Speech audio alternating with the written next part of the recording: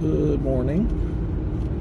I have begun a new keyboard layout, or rather, I guess it is a keyboard layout. Has been kind of superseded by complicated keyboard layering, but QWERTY. I'm getting off of QWERTY,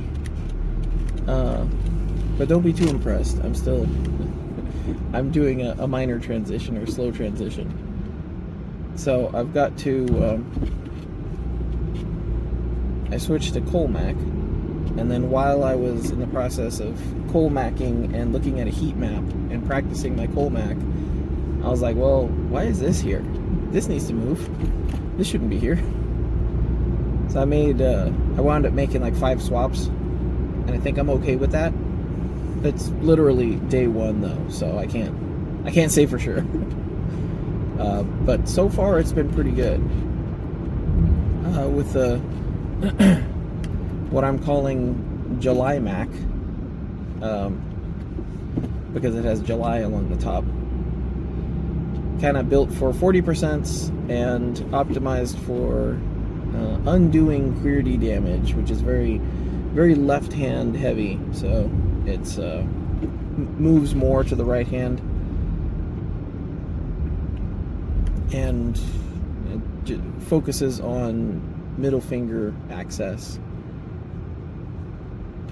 So in that regard, it is kind of for a 40% or for a vertical stagger or grid 40%, but everything just kind of stays a lot closer, and the middle fingers work a lot better than on a staggered board. So I think that might have been why I was looking at the Julymak choices and being like, well, why'd you put this here? Why'd you do that?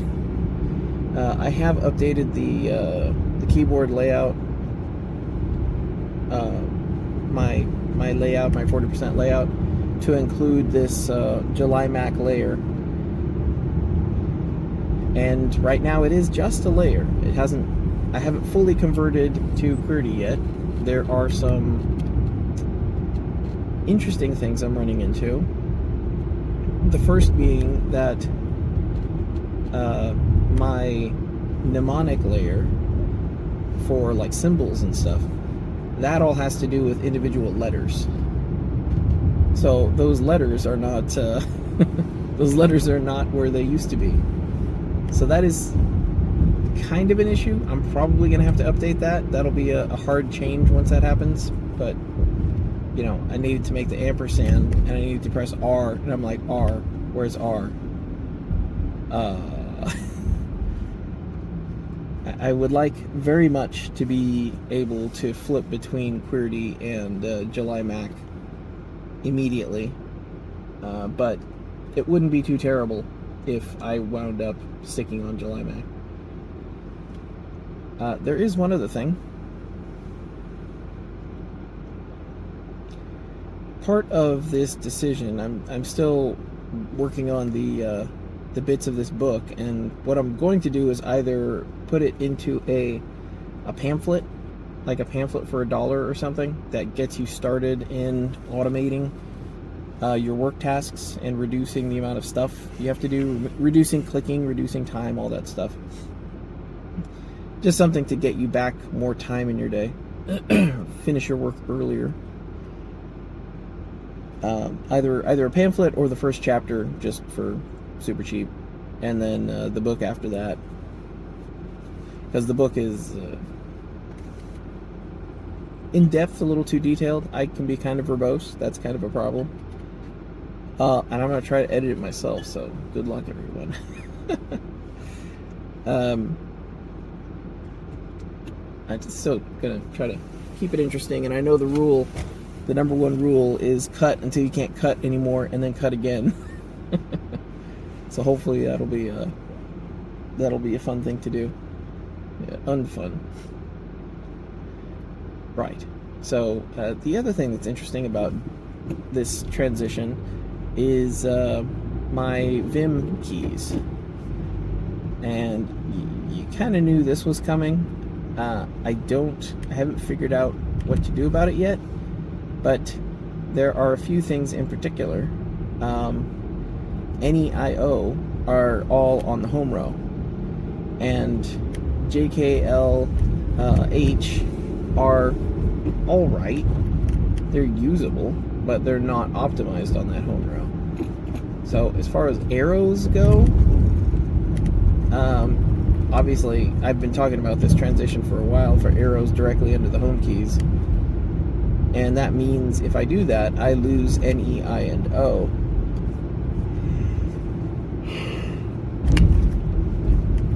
N being used for the next, and maybe I could do like control NEIO or something.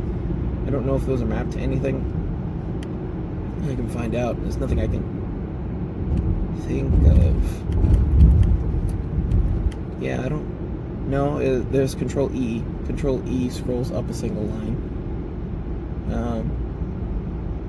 Yeah, I don't know about control I or control N. I have used control N in the past as a next and dot shortcut, but that's not a huge deal. Yeah, N being the next search term and not being able to like shift N it, because shift N is reverse search. Reverse next, previous search. What's the opposite of forward? Inverted forward. I obviously has a shift and an unshifted counterpart. E does as well. That goes to the end of the word or skips punctuation to the end of the word. And O is just the next line or next line above. Or new line below or new line above. So I'm going to have to figure something out. Changing those to JK and or HJK and L could work. I mean, technically the focus is on having those home row keys, getting those home row keys back. I would rather not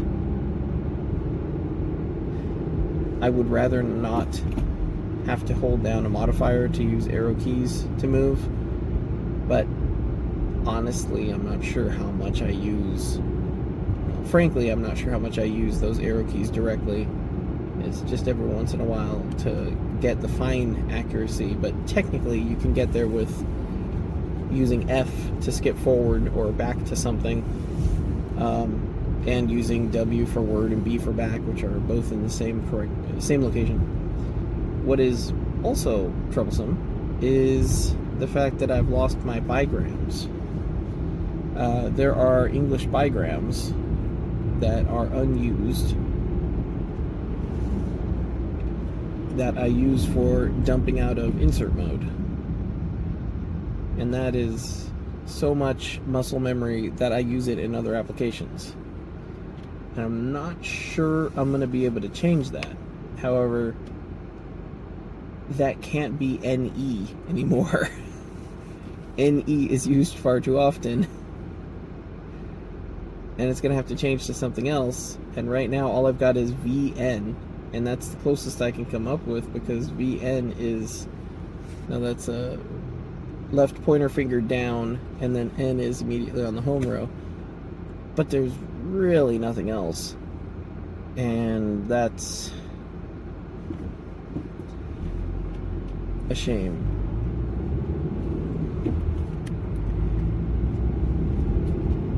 Yeah, that one's gonna hurt. So there are some of those things that, and especially in Vim or, Emacs Evil, all of those are mnemonics, which means I'm breaking even more stuff. I don't press the button down and to the left of my right pointer finger because that's the button that goes to the next search item. I press it because it's N, and N stands for next. And J and K are not necessarily up and down, but I is definitely insert, E is definitely end, O is definitely open new line. So, I don't know, something's going to be weird there. Or I'm going to have to come up with some new mnemonics.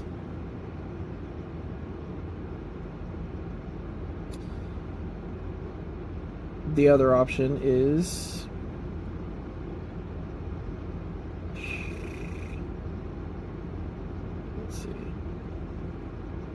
I don't know if I want to do that. because layer 1 has other mechanical shortcuts, like the HJKL turn into arrow keys, but those should be moved over so they're immediately under the home row. And I don't even know how I feel about putting more work on the pinky.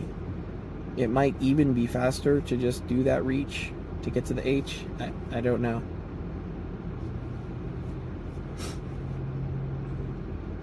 So there's some stuff to work out. I do expect to be able to shift back and forth because I don't even think about QWERTY anymore. But I also don't know if I'm casually overwriting the QWERTY knowledge, or if I'm making a new layout in my head that I can flip between. Usually people are able to flip between them. I don't know if that is the case. I have a very strange way of learning things sometimes, and I can upset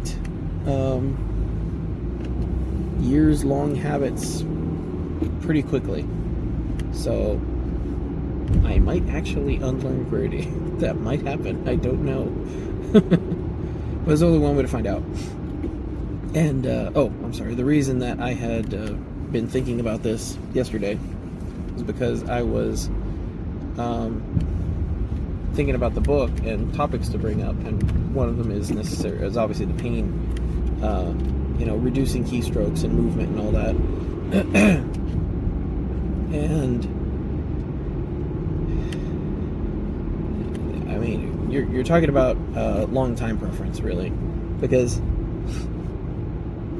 to say, oh, this thing is going to help me, but it's going to take me like a week to learn. Okay, well, is it going to take you? I mean, even if it takes you 3 months to learn, is it going to save you time, rolling forward for the rest of your life? I do plan on typing for the rest of my life. I expect I'm going to be typing for the rest of my life.